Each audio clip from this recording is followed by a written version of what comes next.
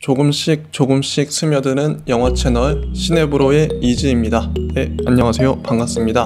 오늘은 팀 버튼 감독님의 유령 신부를 다뤄보도록 하겠습니다. 2005년 작이고요. 팀 버튼의 단편 데뷔작은 1982년에 나온 빈센트로서 장르는 스톱 모션 애니메이션이었어요. 팀 버튼은 칼 아츠에서 애니메이션을 전공했고 이후 디즈니에 입사해서 애니메이터로 활약했죠. 팀 버튼에게는 실사 영화보다는 애니메이션의 피가 흐르고 있습니다. 따라서 데뷔작이 스톱 모션 애니메이션이었던 것은 자연스러운 행보로 보입니다. 이후 팀 버튼의 모든 영화들은 실사 영화라 할지라도 애니메이션적이었습니다. 팀 버튼은 실사 영화도 애니메이션적으로 촬영하고 연출했습니다.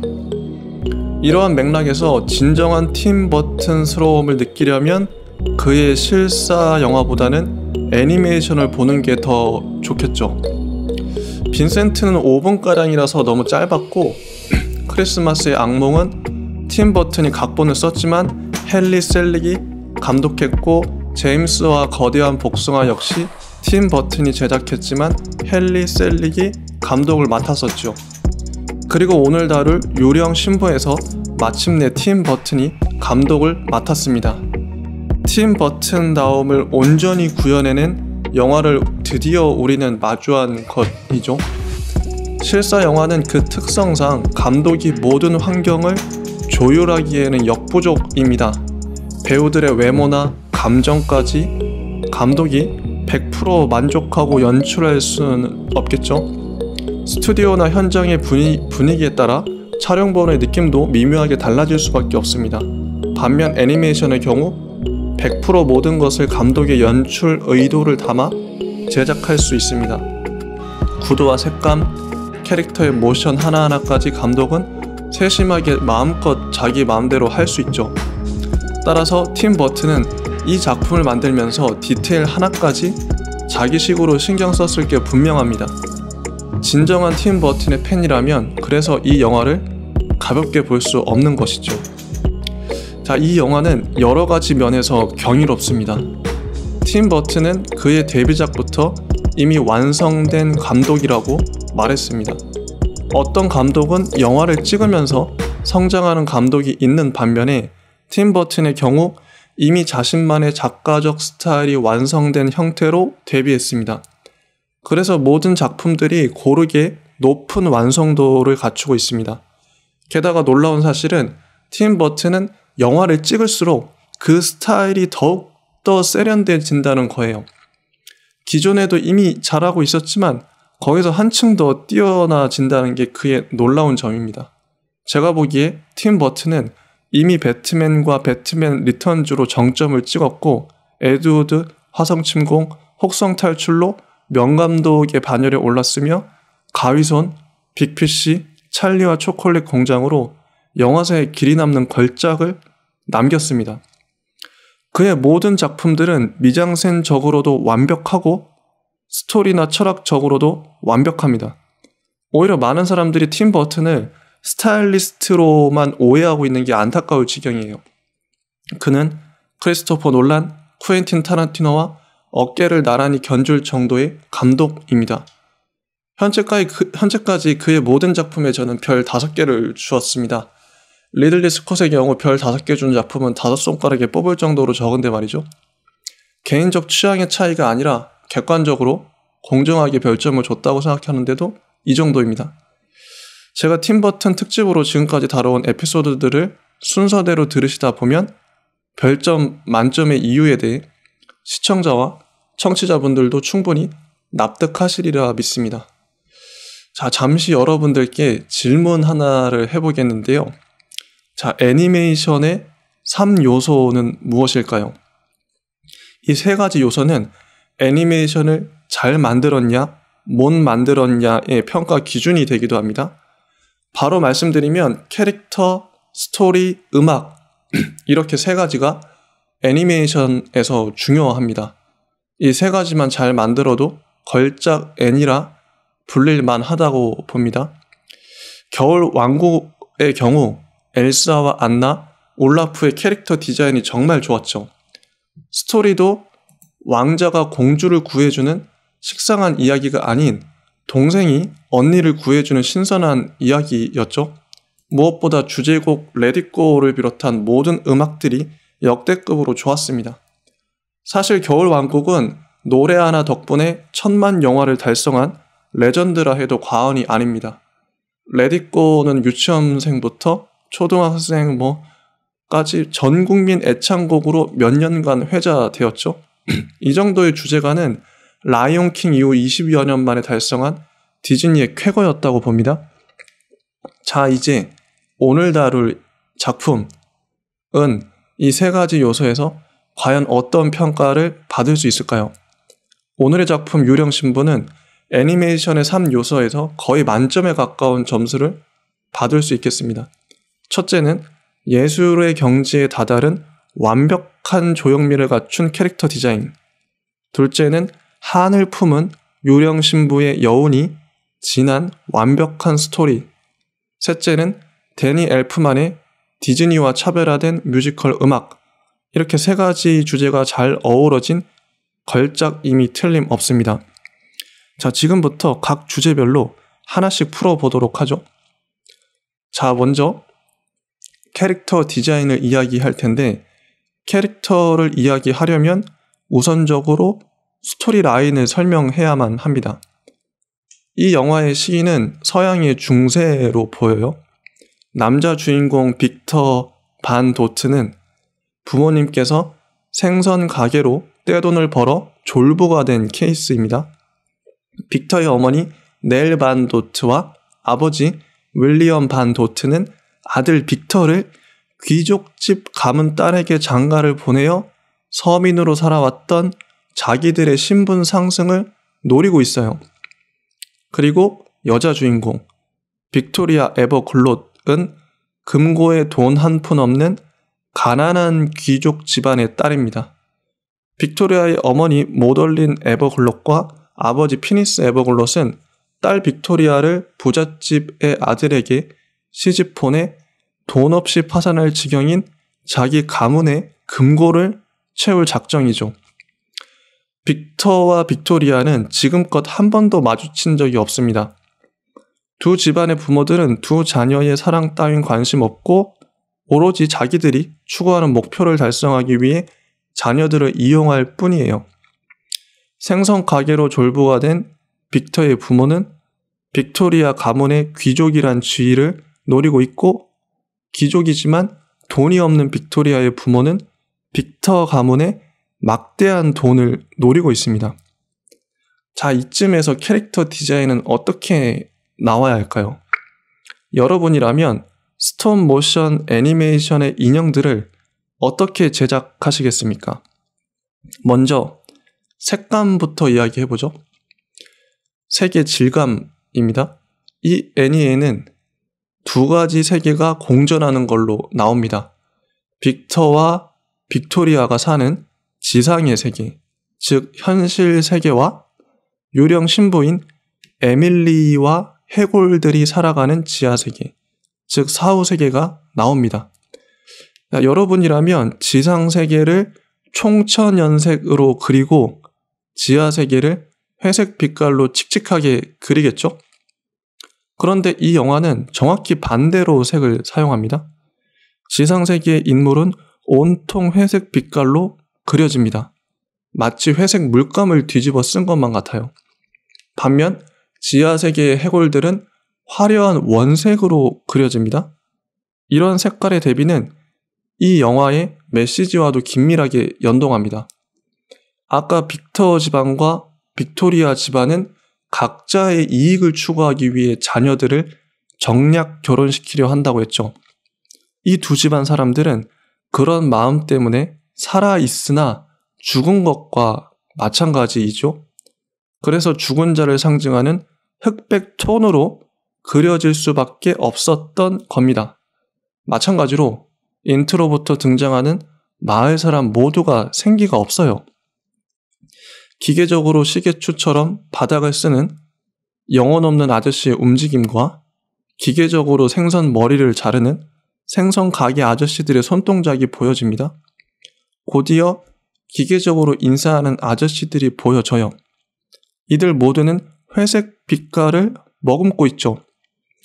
오로지 권태와 한숨과 단조로운 일상만이 그들을 감싸고 있을 뿐입니다. 어쩌면 회색빛 도시의 직장인들을 보는 느낌도 드네요.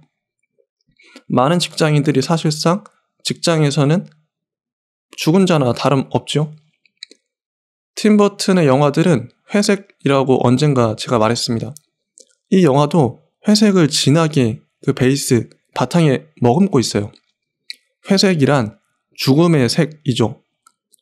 팀 버튼은 자신의 모든 영화들에서 죽음을 머금고 있습니다.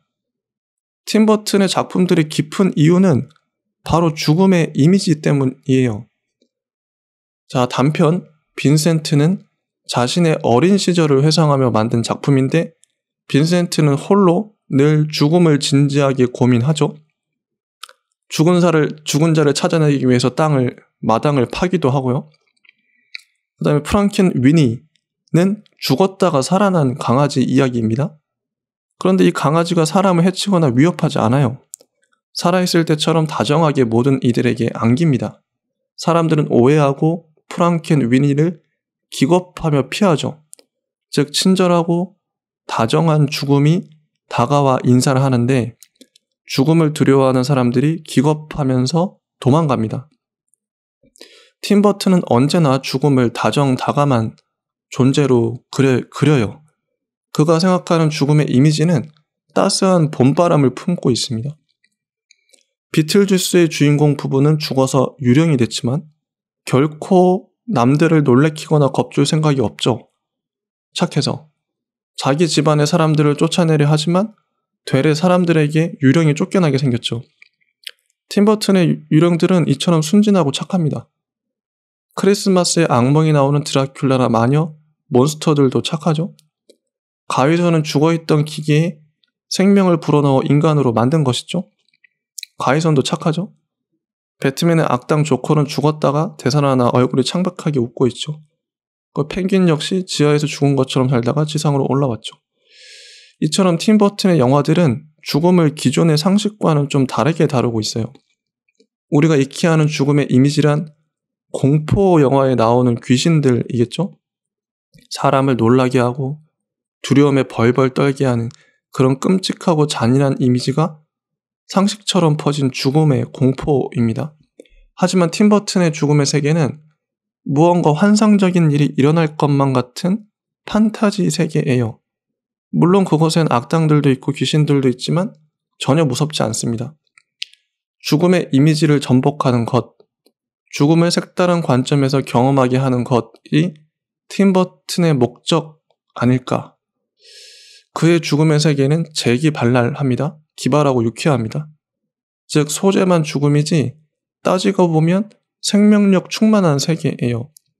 팀 버튼은 남들이 현실 세계에서 구현하는 생명력들을 단지 죽음의 공간으로 옮겨가서 그대로 재현하는 것뿐입니다. 혹은 죽음의 이미지들을 현실로 데려와 생명의 숨결을 불어넣는 것이죠. 생과 사가 섞여있는 팀 버튼의 판타지 세계는 그래서 충만하고 깊이 있습니다. 유령 신부 에밀리와 망자들, 해골들이 어우러져 살아가는 지하 세계는 총천연색이에요. 밝고 화사하고 아름답습니다. 오히려 지상이 더 지옥 같고 지하 세계가 더 천국 같은 그런 세계인 거죠. 이런 극단적 대비, 의도된 대비는 우리로 하여금 현실을 돌아보게 만듭니다. 청취자나 시청자 여러분 중에도 몸은 살아있지만 죽은 자의 세계를 살아가는 분도 있으시리라고 봅니다. 어떤 직장에 가면 일하는 사람들이 몸만 살아있지 죽어 있습니다. 어떤 학교에 가면 아이들이 죽어 있고 어떤 가정에 가면 가족들이 죽어 있습니다. 이건 단지 비유나 은유가 아니라 실제 그들의 영혼과 감정이 죽어 있다는 것이죠. 이런 모든 죽어 있는 사람들을 팀 버튼은 있는 그대로 그려냈습니다. 그것이 유령 신부에 나오는 현실 세계, 즉 지상 세계의 모습입니다. 이런 세계에선 차라리 죽는 게 구원받는 길이겠죠.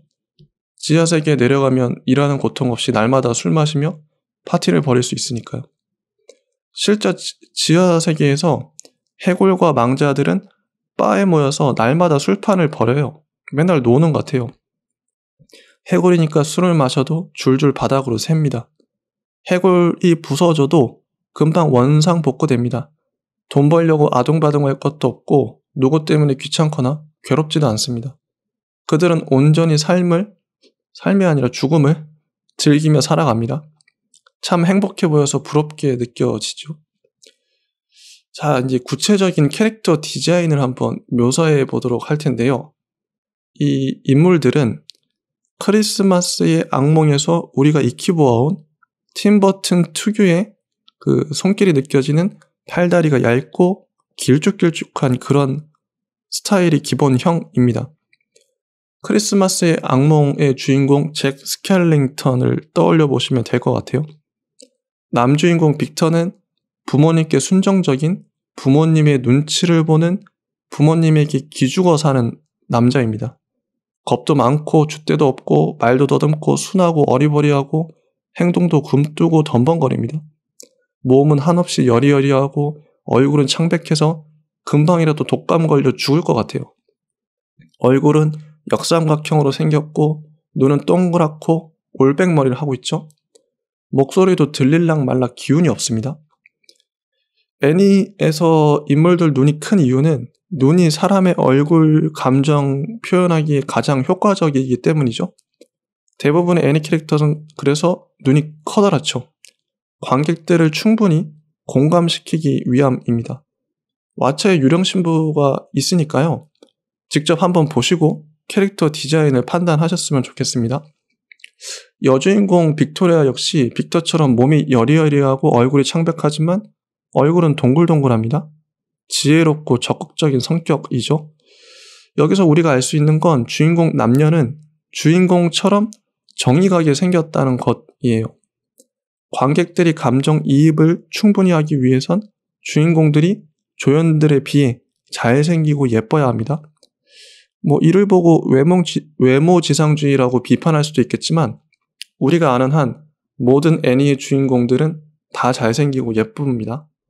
특히 디즈니 애니의 공주들을 떠올려 보면 되겠네요. 물론 예외도 있습니다. 슈렉은 확실히 잘생기진 않았죠. 매력 있게 생겼죠.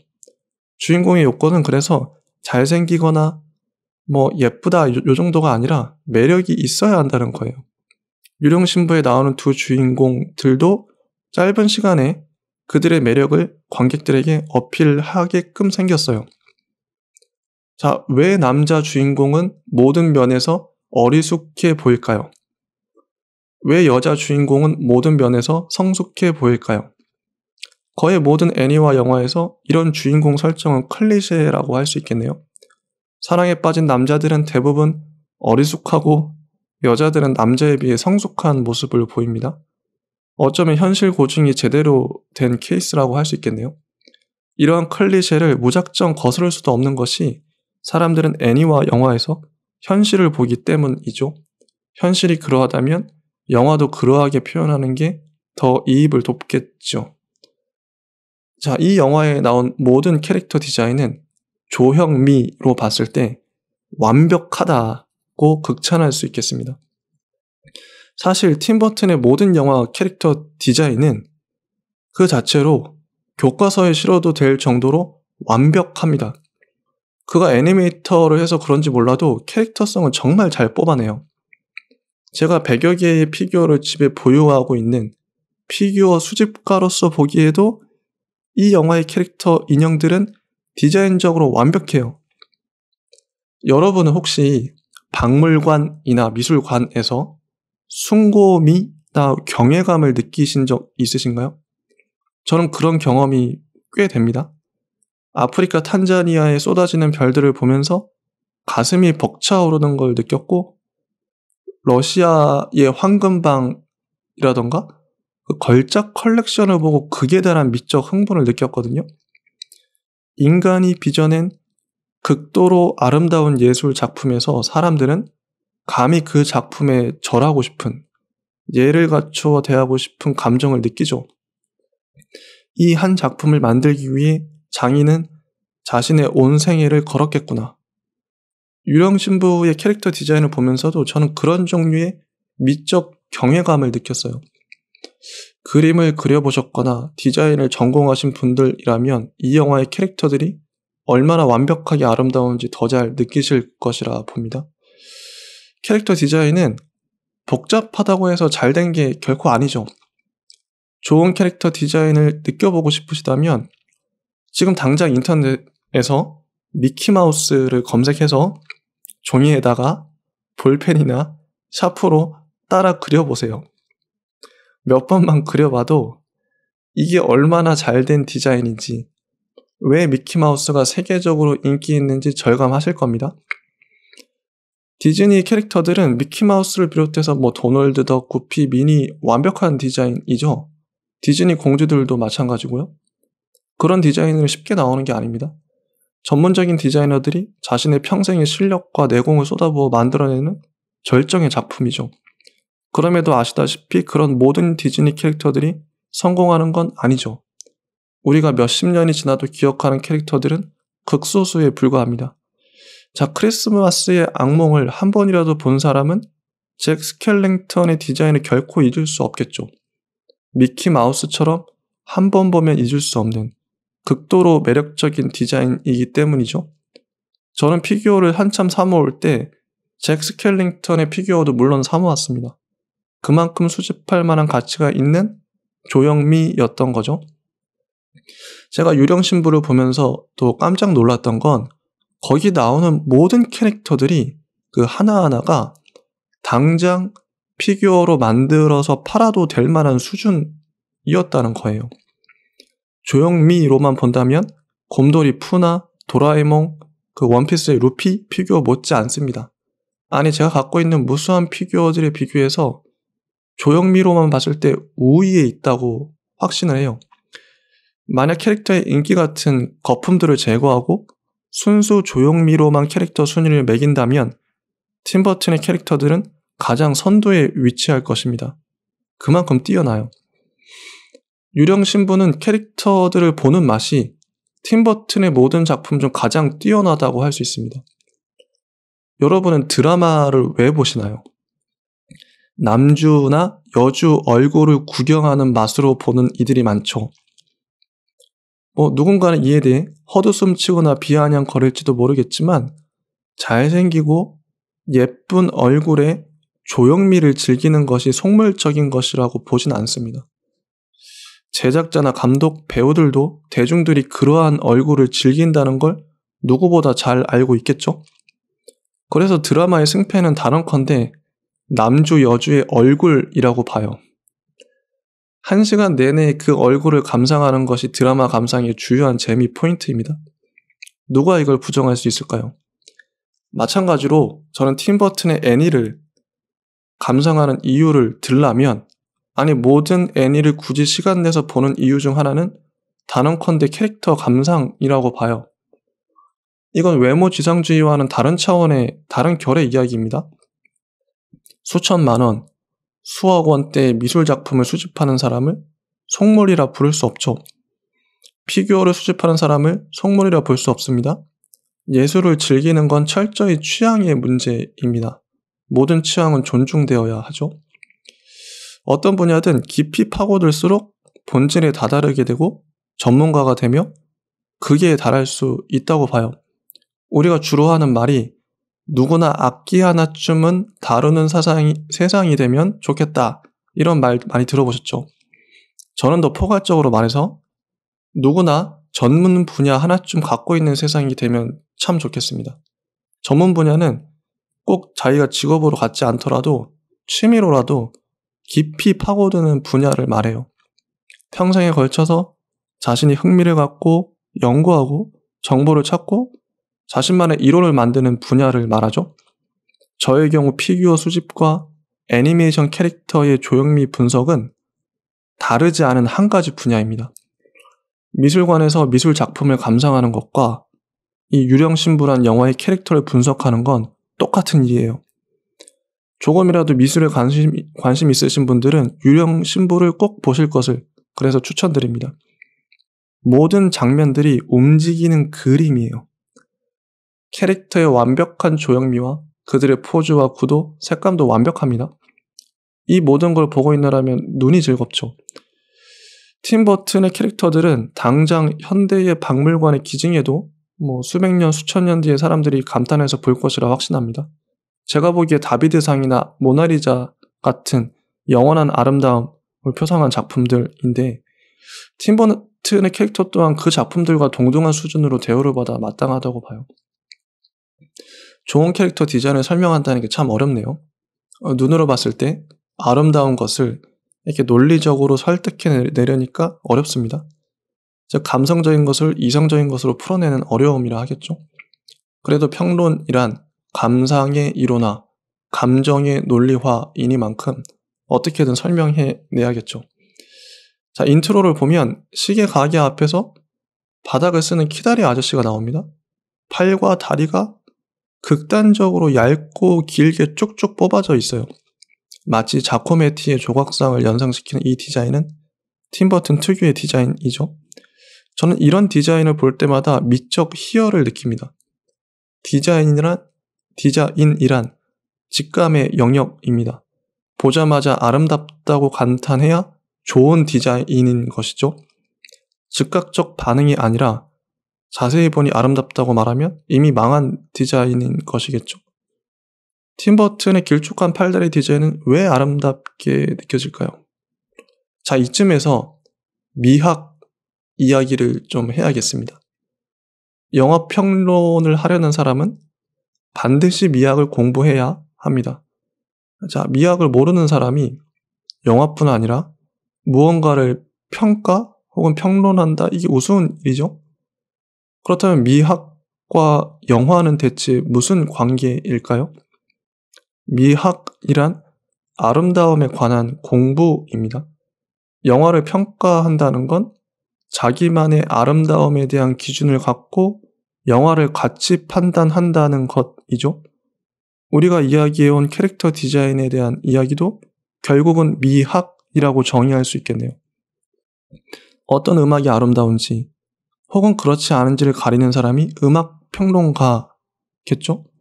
어떤 그림이 아름다운지 혹은 아름답지 않은지를 판단하는 사람이 미술 평론가겠고요. 어떤 영화가 아름다운지 혹은 추한지 말하는 게 영화 평론가란 직업입니다. 즉 모든 매체의 가치 판단의 기준은 아름다움의 방점이 찍혀 있습니다. 전통적으로 진, 선, 미 세 가지 기준이 있습니다. 진은 참진입니다. 무엇이 진리냐, 거짓이냐가 진위의 가치 판단입니다. 그 다음 선은 선할 선이에요. 무엇이 선하냐, 악하냐가 선악의 가치 판단이죠. 그리고 마지막으로 미는 아름다울 미입니다. 무엇이 아름답냐, 추하냐가 미추의 가치 판단이죠. 자, 이 세 가지 진선미, 진위의 가치 판단은 주로 철학자들이 다뤄왔습니다. 진리냐, 거짓이냐. 철학자들이 다뤄왔죠. 선악의 가치 판단은 주로 종교에서 다뤄왔습니다. 진위와 선악은 20세기 이전에 고대로부터 끈질기게 내려온 근대적 가치 판단이라고 할 수 있겠네요. 이 두 개의 가치 판단 기준만으로는 세상을 제대로 평가하거나 품을 수가 없어요. 진위라는 기준으로 사람들은 거짓된 것들을 몰아내려고 애썼고, 선악이라는 기준으로 사람들은 악한 것들을 몰아내려 애썼습니다. 거짓되고 악한 것들은 주로 약자와 소수자들이었죠. 자신이 진리라고 말하는 사람은 진리를 모르고 자신이 선한 사람이라고 말하는 사람은 선하지 않습니다. 이런 까닭에 21세기에도 유효한 가치 판단은 오직 미추의 가치 판단뿐입니다. 무엇이 아름다운가, 무엇이 아름답지 않은가로 세상을 판단했을 때 비로소 세상은 제대로 보입니다. 아름다움이란 알음다움입니다. 아름다움이란 알만하다라는 뜻이에요. 무엇이 아름다운 이유는 내가 그 대상을 충분히 알고 있기 때문이죠.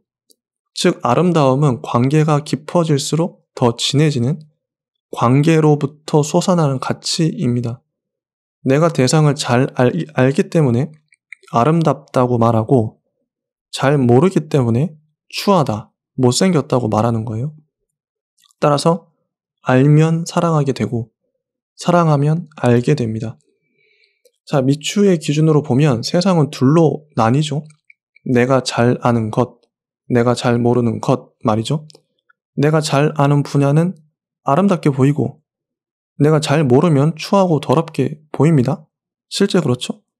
따라서 미추의 기준을 가진 사람은 더군다나 아름다움을 추구하는 사람은 무엇이든 온 마음과 온 지식과 온 실천을 다해 알아가려고 노력할 수밖에 없습니다. 아름다움을 꼭 끝까지 추구하는 사람은 비로소 알게 됩니다. 세상에 못생기고 못나고 더러운 것은 하나도 없고 온 세상이 온통 아름다운 것들 뿐이라는 걸 말이죠. 자, 이것이 제가 갖고 있는 미학입니다. 그래서 모든 영화는 아름답다고 저는 생각합니다.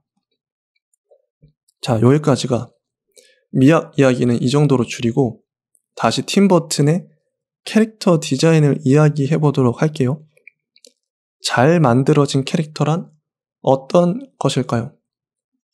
복잡한 캐릭터를 이해하기 위해 단순한 도형 이야기부터 한번 시작해보죠.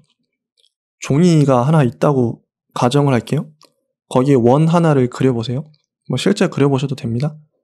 전문적인 훈련을 오랫동안 받지 않은 이상 원 하나 그리는 것도 우리는 삐뚤빼뚤 못 그립니다.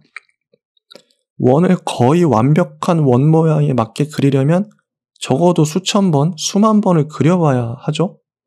손의 악력이 내 맘대로 움직여지지 않아서 원은 항상 찌그러지거나 기울어지기 마련입니다. 어떤 원이 아름다운 원 모양이고 어떤 원이 못생긴 원인지는 누구나 알 수 있어요. 이건 누구나 동의할 수밖에 없는 기준이라고 생각해요. 오돌토돌한 모양 없이 매끈하게 그려진 원이 아름다운 원입니다. 자, 여기서 미학에 대해 이야기해 보도록 하죠. 그렇다면 원 그리기를 통해 우리가 유추할 수 있는 미적 판단 기준이 하나 있어요. 선을 매끈하게 그릴 수만 있다면 아름답게 보이겠구나. 자, 여기서 이해를 돕기 위해서 음악을 잠깐 예시로 들어볼게요. 어떤 사람이 노래를 부른다고 가정하겠습니다. 그 사람이 노래를 잘 부르는지 못 부르는지 그게 내 친구일 수도 있고 나일 수도 있는데 노래를 잘 부르는지 못 부르는지 어떤 기준으로 판단하시겠습니까? 바로 음을 일정하게 낼 수 있느냐가 관건이에요. 슈퍼스타 K에서 이승철 심사위원은 그 참가자가 음을 흔들림 없이 일정하게 낼 수 있느냐를 늘 중점으로 심사했었죠. 물론 박진영 씨도 마찬가지였습니다. 노래를 잘한다는 건 음이 불안정하지 않고 음과 음들이 일정하게 부를 수 있는 걸 의미합니다. 가수들은 한 사람의 예외도 없이 음을 일정하게 낼 수 있는 사람이에요. 만약 목소리가 지나치게 떨리거나 음이 불안정하면 귀가 괴로워서 들을 수가 없겠죠. 못 부르니까. 임재범처럼 목소리가 허스키한 사람도 음은 일정하게 냅니다. 아무리 목소리가 떨려도. 마찬가지 원리로 그림을 잘 그린다는 건 선을 일정하게 그릴 수 있는 능력이라고 정의할 수 있겠네요. 음악과 그림은 예술의 영역으로 통합니다. 자, 여기까지 정의했고, 자, 아무 캐릭터나 떠올려 보세요. 만화도 좋고 웹툰이나 애니도 좋습니다. 우리가 떠올릴 수 있는 모든 캐릭터들의 공통점은 캐릭터를 그린 선이 매끈하다는 거예요. 지금 검색해서 아무 캐릭터나 봐보세요. 선이 매끈합니다. 선의 굵기도 일정하고 선의 윤곽선도 매끈해요. 따라서 잘 만든 캐릭터는 매끈한 선을 갖고 있다고 말할 수 있겠네요. 자, 그런데 이런 매끈한 선이란 정의만으로는 부족하죠. 웹툰 작가가 수많은 훈련을 통해 매끈한 선을 그릴 수 있다고 칠게요. 그것만으로는 훌륭한 캐릭터가 나오지 않습니다. 캐릭터는 비례와 비율이 맞아야 돼요. 얼굴을 그릴 때 머리는 얼굴 크기에 얼마만 해야 하고, 눈과 눈의 간격은 얼마만 해야 하고, 코와 입은 어디쯤 그려야 하고, 팔다리는 어떻게 그려야 되고, 손가락은 어떻게 해야 되고, 이게 다 비례와 비율이 있어요. 그림을 전공하시는 분이라면 누구나 알고 계실 겁니다. 이러한 비례와 비율이 깨지면 사람들은 예민해서 금방 알아보거든요. 모든 것들을 있어야 할 자리에 그리고 정확하게 비례와 비율에 맞게 그려야 하는 것이죠. 그래야 아름답습니다. 실제 웹툰 작가들이나 일러스트레이터들의 작업을 보면 얼굴 하나 그리는데도 비슷비슷한 선을 계속 그렸다 지웠다 하는 걸 볼 수 있어요. 왜 그럴까요? 우리 눈이 보기에 최대한 아름답게 하기 위해서 만들어가는 거죠. 선을 그렸다 지웠다를 무한 반복하면서 좀 더 비례와 균형이 맞아떨어지게 하는 것입니다. 이런 건 정해진 루트가 없기 때문에 무수히 보면서 눈대중으로 맞춰 그리는 수밖에 방법이 없죠.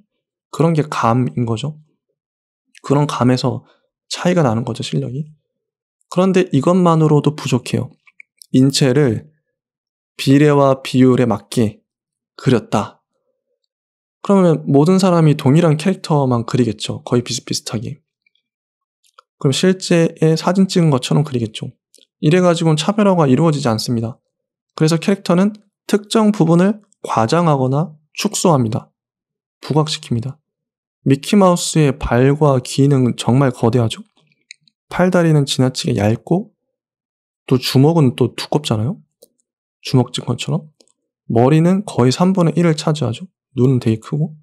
이런 식으로 어떤 부분을 키우거나 축소시켜서 캐릭터만의 고유한 특징을 잡아냅니다. 또 축소시키기도 하고, 그 미키마우스는 쥐잖아요, 쥐. 쥐인데 쥐의 특징을 잘 잡아서 또 그려냈죠. 자, 드디어 이제는 팀 버튼의 캐릭터 디자인을 이제 말할 수 있겠네요. 유령 신부의 인물들은 특정 부위를 과장되게 표현하여 캐릭터성을 극대화했습니다. 특히 서양의 애니메이터들이 이런 과장된 신체 표현을 특출나게 잘하죠. 서양 캐릭터들을 보면 그 과감한 표현력에서 우리는 미적 아름다움을 느낍니다. 지나치게 큰 턱, 지나치게 큰 모자, 지나치게 큰 발, 지나치게 큰 머리, 이런 것들이죠. 이 모든 것들이 아름답게 보이는 이유는 파격적이기 때문이에요. 비례와 비율을 다 맞추면서도 지루함과 상식을 벗어나기 위해 파격을 주어 캐릭터성이 살아나게 하는 거죠. 약간의 이제 어긋남을 주는 거죠.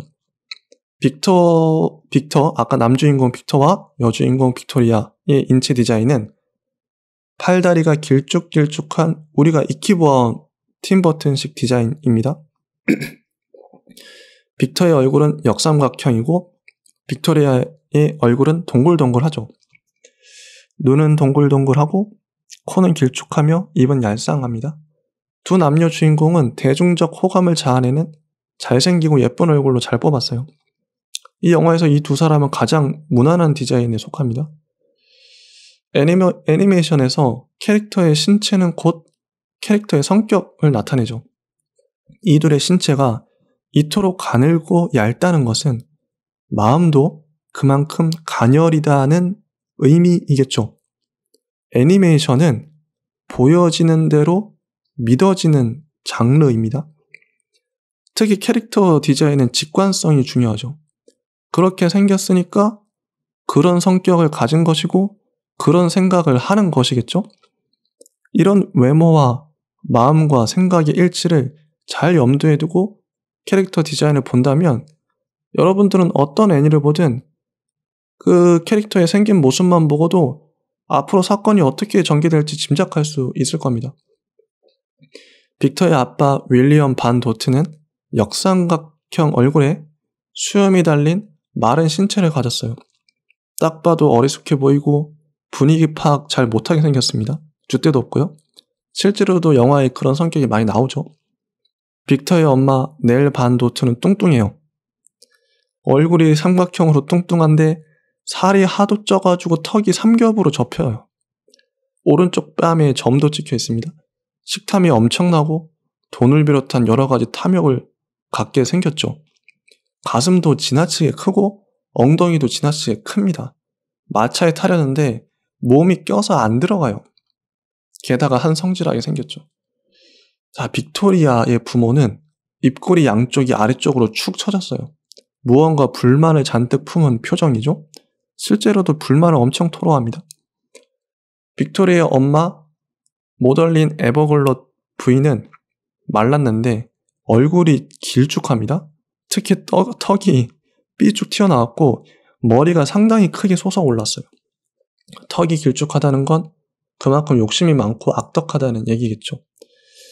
빅토리아의 아빠 피니스 에버글롯 경은 뚱뚱한데 얼굴은 동글동글합니다. 입이 두꺼비처럼 큼직해요. 이것도 탐욕을 상징하죠. 자, 이런 캐릭터들을 만들기 위해 얼마나 많이 그려보았을지 도저히 상상이 안 가네요. 정략 결혼을 시키는 부모들답게 얼굴은 한결같이 환하고 탐욕스럽게 보입니다. 여기서 캐릭터 디자인적으로 짚고 넘어가고 싶은 건 이들 모두가 디자인적으로 정말이지 완벽하다는 거예요.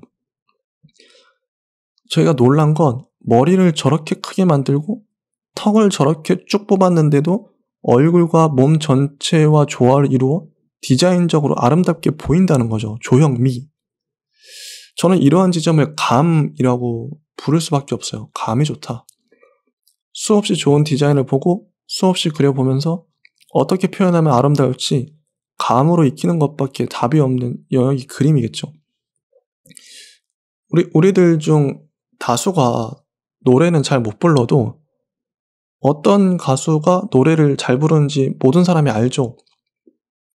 즉 내가 그림을 못 그려도 누구나 어떤 그림에 대해 혹은 캐릭터 디자인에 대해 정말 잘 디자인됐다는 것을 우리는 뭐 특별한 학습 과정을 거치지 않아도 직감적으로 깨닫죠. 아, 이거 잘 그렸네. 그래서 유령신부의 모든 캐릭터 디자인이 얼마나 잘 됐는지는 직접 보면서 느껴보시길 바랍니다.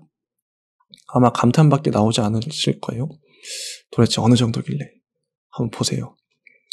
자, 지상 캐릭터는 이쯤으로 하고 이제 지하 세계의 캐릭터, 죽은 자들을 어떻게 형성하였는지 살펴보겠습니다. 해골 디자인은 어찌 보면 무난한 디자인이죠.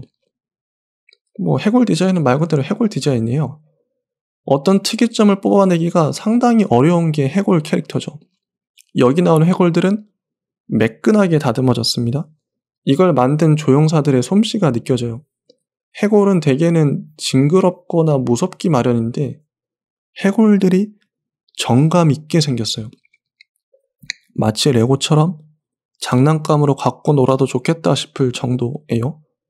해골을 극도로 미니멀하게 표현했습니다.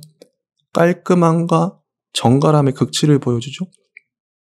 해골에 정이 간다는 게 어떤 건지는 이 영화의 디자인을 보시면 아실 거예요. 해골이 아름다울 수도 있구나. 이 영화를 보면서 느꼈습니다. 각각의 해골들은 머리 모양과 복장으로 구별이 돼요. 특히 눈알 디자인이 인상적입니다. 해골의 눈알을 박아놔서 성격 표현을 해내요. 한쪽 눈알이 다른 눈 쪽으로 굴러다니기도 해서 코믹하게 표현해냈습니다.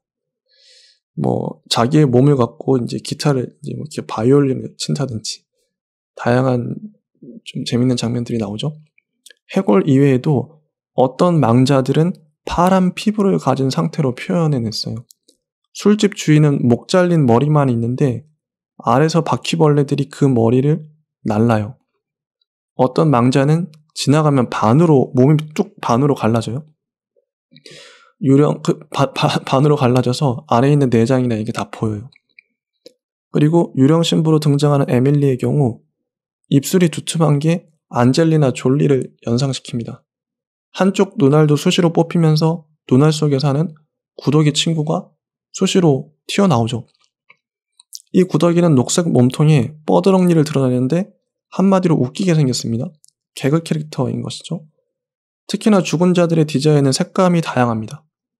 산자들의 회색 빛깔에 대비되죠. 의도적으로 죽은 자들이 살아있는 생동하는 삶을 살고 있다는 걸 표현하기 위함이겠죠. 그리고 이 영화에서 참으로 놀라운 캐릭터 디자인은 다름 아닌 과부 거미로 나오는 블랙 위도우의 디자인이에요.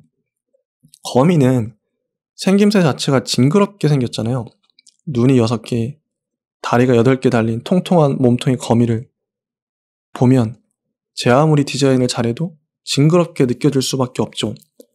그런데 저는 이 영화에 나온 거미를 보고 처음으로 거미가 아름답다고 느꼈어요.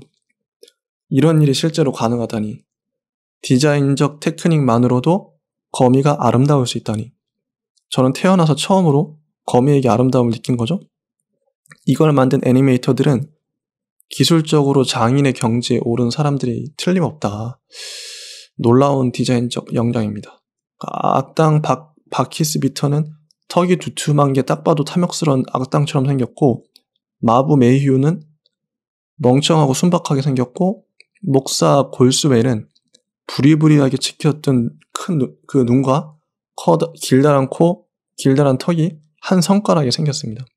골스웰은 구부정하고 가는 허리와 거의 몸 길이만한 모자가 인상적이에요. 이외에도 많은 캐릭터가 있지만 시간 관계상 여기서 줄이겠습니다. 이건 직접 보시면 알 거예요, 아마.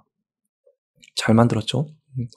자, 이제 캐릭터 얘기는 여기까지 하고 이제 스토리 이야기를 해볼까 합니다. 결혼식을 앞두고 빅터와 빅토리아는 양가 부모님이 보는 앞에서 교회 목사님의 주례를 통해 결혼식 리허설을 합니다. 빅터는 결혼 서약하는 대사를 자꾸 까먹어서 진도가 나가지가 않아요. 3시간 동안 촛불도 자꾸 꺼트리고 급기야 장모님 치마에 촛불로 불을 붙이기까지 합니다. 모두가 화나고 당황한 가운데 목사는 결혼 서약을 외워오라고 빅터를 밖으로 내쫓죠. 빅터는 풀이 죽어서 한밤중에 숲속으로 홀로 걸어가요. 숲의 어느 곳에서 빅터는 아까 못했던 모든 대사를 완벽하게 해냅니다. 이 손으로 당신의 슬픔을 어루만지고 당신의 잔을 가득 채울 와인이 되리니 이 촛불로 당신의 길을 밝힐지니 이 반지를 받아 내 아내가 되어주시오. 이렇게 말하면서 바닥에 나뭇가지에 결혼 반지를 끼워요. 그런데 그게 유령 신부 에밀리의 손이었던 거죠.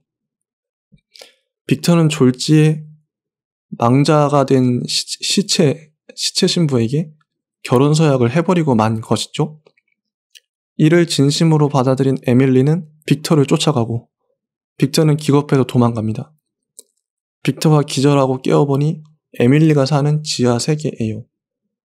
빅터는 기지를 발휘해서 에밀리를 부모님께 소개해 줄 테니 일단 위로 올라가자. 우리 같이 올라가자. 에밀리와 빅터는 지상으로 올라오고 빅터는 가까스로 집으로 도망쳤는데 빅터는 때마침 결혼할 예정인 빅토리아와 이야기를 나누고 있어요. 빅터를 뒤따라온 에밀리는 이 장면을 보고 화가 나서 빅터를 다시금 지하세계로 끌고 가죠. 에밀리는 빅터가 자기가 아닌 다른 여자와 결혼할 거라는 사실에 절망합니다. 이 와중에 지상에서는 빅터의 부모님이 빅터를 찾아 나서고 빅토리아는 빅터가 시체와 결혼했다고 빅터를 찾아 목사님을 찾아가 보지만 보수적인 목사님에게 붙잡혀 부모님 집에 감금되고 맙니다. 빅토리아 부모님은 남편 빅터가 없는 상태에서 빅토리아를 결혼시키려고 하고 때마침 이 모든 상황을 지켜보던 바키스 비턴 경이 자기가 빅토리아와 결혼하겠다고 나서요. 결국 빅토리아는 바키스 비턴과 결혼하고 맙니다. 한편 빅터는 자기가 아직 안 죽었으니까 에밀리와 결혼이 성사된 게 아님을 알게 돼요. 빅터는 자진해서 자기가 지상으로 올라가 독약을 마시고 죽은 자가 되어서 빅토리아가 아니라 에밀리의 신랑이 되겠다. 에밀리의 신랑이 되겠다고 해요. 에밀리와 죽은 자들은 일제 지상으로 올라가고 지상은 망자들을 보고 아수라장이 되겠죠? 그런데 이내 망자들과 지상의 사람들은 서로를 알아보고 오랜만에 가족과 친구끼리 재회합니다. 빅터와 에밀리는 결혼 서약을 하려고 교회의 신단 앞에 서 있고 죽은 자들이 하객으로 이 모든 상황을 지켜보고 있어요. 빅터가 독약을 들이키려는 순간 에밀리는 빅터 뒤에 나타난 빅토리아를 보고 독약을 먹지 말라 그래요. 그래서 빅터는 빅토리아와 재회하죠. 이 와중에 바키스 비턴경이 나타나 빅토리아를 빼앗고 빅터를 공격합니다. 에밀리는 바키스 비턴경이 죽였던 것으로 진실이 드러나죠. 바키스 비턴경의 칼을 에밀리에게 빼앗기자 바키스는 태연하게 떠나려던 참이었다면서 독약을 포도주인 줄 알고 들이켜서 망자가 되어버려요. 빅터와 빅토리아는 다시 재회하고 이 장면을 보던 에밀리는 달빛 아래로 걸어가서 나비가 되어 하늘로 흩어집니다. 자, 이제 이런 게 단순한 여기까지가 이제 스토리인데, 그런데 많은 이들이 빅터의 결정을 이해를 못하더라고요. 왜 갑자기 빅터는 약혼자인 지상의 빅토리아를 버리고 그 시체 신부, 유령 신부인 에밀리를 택했냐, 이런 거죠. 저는 이 영화를 2번 보면서 빅터의 심정과 결단이 이해가 갔습니다. 자, 우선 빅터와 빅토리아는 일면식도 없는 상황에서 양가 부모들끼리 각자의 이익을 위해 정략 결혼할 대상이었다는 사실을 기억해야 해요. 빅터와 빅토리아가 처음 만난 건 결혼식 전날 빅토리아의 집에서였죠. 이때 피아노를 치던 빅터를 빅토리아가 알아보죠. 피아노를 못 배운 빅토리아는 피아노 잘 치는 빅터에게 호감을 가진 거예요. 빅토리아는 어렸을 적부터 사랑하는 남자와 결혼해 평생 행복하게 사는 게 꿈이었다고 말합니다. 이 둘의 만남은 5분도 채 되지 않아요. 둘이 감정을 쌓아가는데 턱없이 부족한 시간이에요. 5분. 그리고 둘이 이내 양가 부모님이 보는 앞에서 3시간 넘게 결혼식 리허설을 합니다. 빅터는 툭하면 멘트를 까먹어서 분위기를 흐리고 빅토리아는 안타깝게 이를 쳐다보고만 있죠. 자, 여기까지가 빅터와 빅토리아의 만남의 전부예요. 여기서 여러분은 둘 사이에 사랑이 싹 텄다고 보시나요? 아니, 사랑은커녕 우정도 아닌 호감 정도가 서로에게 있었다고 보시는 게 무난할 겁니다. 두 사람은 자기 의지가 아닌 부모의 강제에 의해 결혼할 예정이었고요. 아무리 순간 만나서 서로에게 호감이 생겼다 한들 결혼을 생각하기엔 턱없이 부족한 시간을 함께했을 뿐이죠. 반면 빅터는 자신이 결혼 서약을 얼떨결에 해버린 에밀리, 그 유령 신부와 꽤 오랜 시간을 함께합니다. 분명한 건 빅토리아보다 더 많은 시간을 에밀리와 보낸다는 거예요. 빅터는 이번에도 자기 의지가 아닌 남의 의지로 결혼당해버렸습니다. 에밀리를 따라 지하세계로 끌려간 빅터는 이게 무슨 일인가, 꿈에서 깨야 한다, 이렇게 당황하고 있는데 친절하게도 에밀리의 해골 친구들이 에밀리의 사정을 노래로 설명해줘요. 뮤지컬이니까요.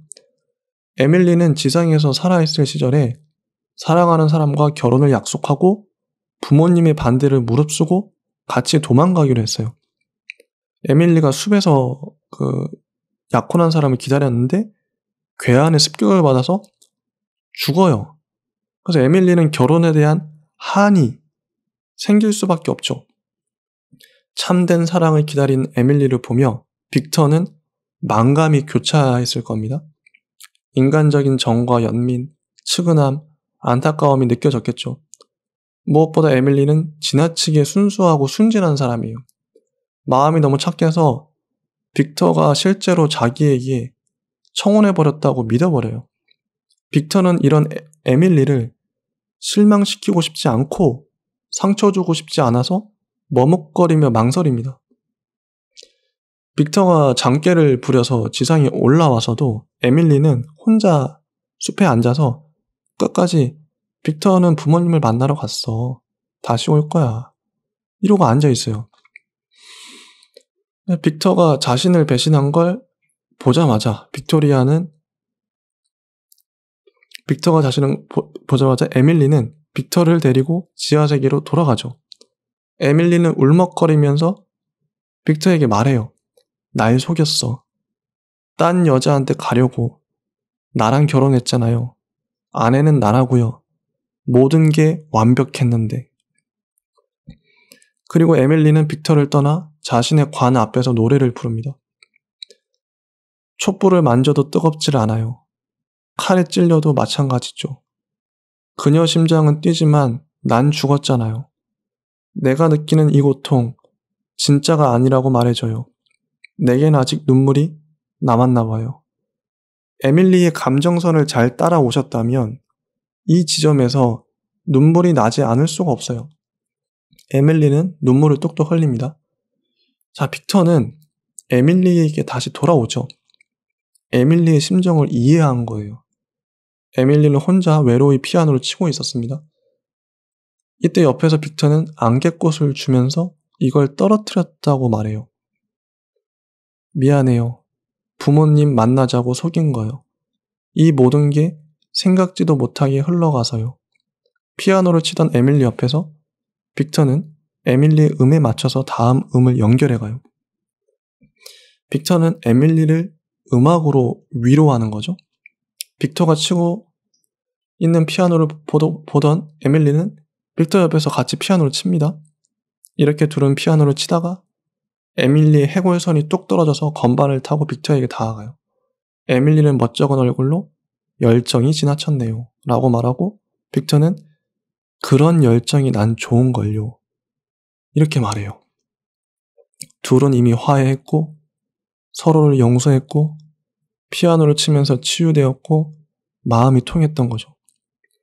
서로가 서로를 좋아하게 된 것입니다. 이때 빅터는 지상의 빅토리아보다는 이 지하세계의 에밀리 쪽으로 마음이 기울었음이 확실해요. 빅터는 우연히 그 에밀리와 마법사 해골 할아버지가 나누는 대화를 밖에서 듣게 돼요. 마법사 할아버지가 얘기하죠. 해골 할아버지가. 결혼 서약은 죽음이 갈라놓을 때까지잖아. 자넨 벌써 죽었잖아. 그래서 에밀리가 말하죠. 그이가 알면 떠날 거예요. 방법이 있겠죠? 단 한 가지 큰 희생을 감수해야 돼. 그를 죽여야 돼. 빅터가 삶을 포기하고 산자들의 땅에서 결혼 서약을 하며 독약을 마시는 거야. 그럼 심장이 영원히 멈추고 헤어지지 않아도 돼. 그런 요구는 못해요. 해걸 할아버지는 에밀리의 이익을 위해 빅터를 죽이라고 조언한 거예요. 이를 에밀리는 받아들이지 않습니다. 빅터를 진심으로 사랑하기 때문이죠. 이를 지켜보던 빅터는 집으로 들어오며 말합니다. 그럴 필요 없어요. 할게요. 일단 선택하면 다시 돌아가지 못해. 알겠나? 네. 빅터는 에밀리의 손을 잡으며 말하죠. 빅터는 아예 망자들의 광장 앞에서 선포해요. 우린 정식으로 결혼할 거예요. 필요한 거 챙겨서 우릴 따라와요. 피로연은 위에서 할 거예요. 두 사람은 서로를 진심으로 사랑하고 있었던 겁니다. 자, 결혼식장이에요. 마지막 시퀀스죠. 빅터는 이번엔 틀리지 않고 모든 대사를 완벽하게 소화해냅니다. 이제 유령 신부 차례죠. 에밀리는 눈시울이 촉촉해진 채로 눈물을 일렁이면서 자기 대사를 해요. 이 손으로 당신의 슬픔을 어루만지고 당신의 잔을 가득 채울. 이렇게 독약을 잔에 따르는데 빅터 너머에 숨어있는 빅토리아를 보고 말았죠. 이렇게 에밀리가 망설이니까 빅터가 대신 에밀리 대사를 대신해요. 와인이 되리니 하면서 독약을 마시려고 합니다. 이걸 바라보던 에밀리는 그 잔을 붙잡아요. 난 못해요. 왜 그래요? 이건 잘못이에요. 나는 살아서 신부였지만 꿈을 빼앗겼어요. 그런데 지금은 다른 사람의 꿈을 빼앗고 있잖아요. 당신을 사랑하지만 우리 결혼은 안 돼요. 그러면서 에밀리는 빅토리아를 가리키죠. 빅토리아는 걸어 나오며 빅토의 손을 잡습니다. 에밀리가 두 사람의 손을 포개어 주어요. 이때 또 하필 바키스 비턴경이 걸어 들어와서 빅토리아의 손을 빼앗아 자기 쪽으로 끌어당기죠. 이미 나는 빅토리아와 결혼했다는 거죠. 바키스를 보고 에밀리는 직감적으로 자신을 죽인 사람이 바키스라는 걸 알아버려요. 한때 에밀리가 사랑했던 사람이자 자신을 속이고 죽여서 보물을 훔쳐 달아난 사람이 바로 바키스였던 거죠. 이 바키스라는 사람은 그냥 재물 욕심밖에 없어요. 여자들을 죽이면서 자기의 재물을 축적하는 거죠. 바키스는 빅터와 싸우다가 마지막에 칼을 에밀리에게 빼앗겨요. 독약이 든 잔을 들고 에밀리에게 바키스는 이렇게 얘기하죠. 살아서도 죽어서도 결혼을 못하는군. 말해봐. 멈춰버린 심장도 아플 수 있나? 이 말을 듣고 에밀리의 마음은 무너졌을 겁니다. 에밀리에게 결혼은 이미 한이 되어버렸으니까요. 빅터와 빅토리아는 다시금 서로 껴안고 있습니다. 껴안고 있어요. 빅터, 다시는 못 볼 줄 알았어요. 빅터는 빅토리아를 그윽한 눈빛으로 바라봅니다. 이 모습을 에밀리는 바라보다가 마침내 어떤 결단을 한 듯 문 쪽으로 걸어가요. 빅터는 에밀리에게 말하죠. 잠깐만, 난 약속했어요. 그러자 에밀리가 당신은 약속을 지켰어요. 내게 자유를 줬죠. 에밀리는 결혼 반지를 빼서 빅터에게 다시 돌려줍니다. 나도 당신을 놔줄게요. 에밀리는 홀로 달빛을 향해 걸어갑니다. 뒤를 돌아보니 껴안고 있는 빅터와 빅토리아가 보이죠. 에밀리는 가슴에 안고 있던 부케를 뒤로 던집니다. 이 부케를 빅토리아는 받고 빅터를 바라보죠. 에밀리는 홀로 외로이 달빛 아래 섰습니다. 에밀리는 달빛을 보며 만족한 표정을 짓고 몸이 흩어져서 나비가 되어 달빛 쪽으로 날아갑니다. 그리고 영화는 끝나죠. 영화 초반부에 글라스에 갇혀있던 나비를 놔주었던 빅터가 떠오르네요. 나비는 자유의 상징처럼 보입니다. 자, 여기까지 얘기했는데 저는 이 모든 상황들이 이해가 가요. 빅터는 빅토리아도 좋아했고 에밀리도 좋아했던 것이죠. 빅터는 마지막에 현실을 택했던 것이고요. 상황이나 여건상 어쩔 수 없었으리라고 봅니다. 아마 대부분의 사람들이 빅터의 상황이었다면 마지막에 에밀리가 아니라 빅토리아를 선택했을 거라고 봐요. 에밀리는 이 모든 것을 받아들일 수밖에 없었고요. 자, 이 영화의 특이점은 한의 정서입니다. 한이라뇨. 서양 귀신도 한을 갖고 있다니. 한은 한국의 고유한 정서라고 알고 있죠. 한이란 끝내 이루지 못해서 가슴에 응어리처럼 맺혀진 그 무엇입니다. 에밀리의 경우 처녀로서 평생 사랑하는 사람과 결혼하지 못한 게 한이 되었어요. 두 번의 사랑을 했죠. 둘 다 결혼 못했죠. 한 사람한테는 배신을 당하고 죽고 한 사람한테는 또 다른 이미 아내가 있었어. 결혼한 사람이 있었어. 빅토리아도 초반에 빅터를 만나서 사랑하는 사람과 결혼하는 게 꿈이라고 말하죠. 즉 그 당시 여성들의 유일한 꿈이자 소망은 결혼이었던 거예요. 물론 지금도 많은 사람들이 사랑하는 사람과 결혼하는 걸 꿈으로 삼고 있죠. 에밀리는 사랑해서 같이 도망치자던 남자에게 배신을 당해 죽임을 당합니다. 이것도 엄청난 충격이고 아픔이고 평생 지울 수 없는 한이죠. 우연히 나타나는 어떤 잘생긴 청년이 자기랑 결혼하자고 하니까 에밀리도 신이 났겠죠? 그 말을 곧이곧대로 믿고 만 것이죠. 자기의 한에 눈이 가리워진 것입니다. 우여곡절을 겪지만 그 청년도 자신을 사랑하는 마음이 있는 것 같으니 결혼까지 하려고 했어요. 그런데 청년이 독약만 먹으면 자신과 영원히 결혼해서 함께 살 수 있는데 하필 그 순간에 그 청년의 약혼자가 나타난 거예요. 에밀리는 결혼식 내내 기쁨의 눈물을 흘리다가 이내 당황하고 고민에 빠집니다. 만약 에밀리가 자기 자신만 위했다면 청년이 독약을 마시기에 그대로 놔뒀을 거예요. 하지만 에밀리는 청년을 진심으로 사랑하고 있었기에 자기 자신의 한을 푸는 것보다 청년의 미래를 생각했던 거죠. 청년을 약혼자에게 보내주고 자신은 결혼이라는 한으로부터 자유로워집니다. 정말 슬픈 엔딩이지만 한편으로는 해피엔딩이라고 할 수도 있겠네요. 빅터와 빅토리아는 다시금 만나서 결혼하게 되었고, 에밀리도 나름의 방식으로 나비가 되어 자신의 한을 풀고 훨훨 자유롭게 날아갑니다. 귀신은 지상에 한이 맺혀서 귀신이 되어 나타난다고 하죠. 한이 없는 귀신은 지상에 있을 이유도 없기에 나비로 되어 사라지는 것입니다. 이게 저도 와닿는 게, 저도 이제 나이가 적지가 않은데 결혼도 하고 싶고 연애도 하고 싶은데 아직도 여자친구가 없고, 여자친구가 뭐 사귀고 싶다고 해서 사귀어지는 게 아니더라고요. 연애는 정말 하고 싶은데 연애를 할 수 없는 게, 이런 마음이 어떻게 보면 좀 오래되고 굳어지면 한이 되겠죠. 제 나이도 적지 않은데 여자친구를 정말 사귀고 싶습니다. 요즘엔 연애를 정말 하고 싶네요. 그래서 에밀리아인데 감정이입을 할 수밖에 없었던 것 같아요. 얼마나 사랑이 고팠을까. 자기는 준비가 됐는데 연애할 사람만 나타나면, 좋은 사람만 만나면 사랑을 나눠줄 수 있는데, 저도 요즘엔 정말 멋진 사랑, 뜨거운 사랑을 하고 싶은데 사람이 없네요. 외롭습니다. 자, 유령신부는 팀버튼 영화 중 가장 슬픈 엔딩이 아닐까 생각됩니다.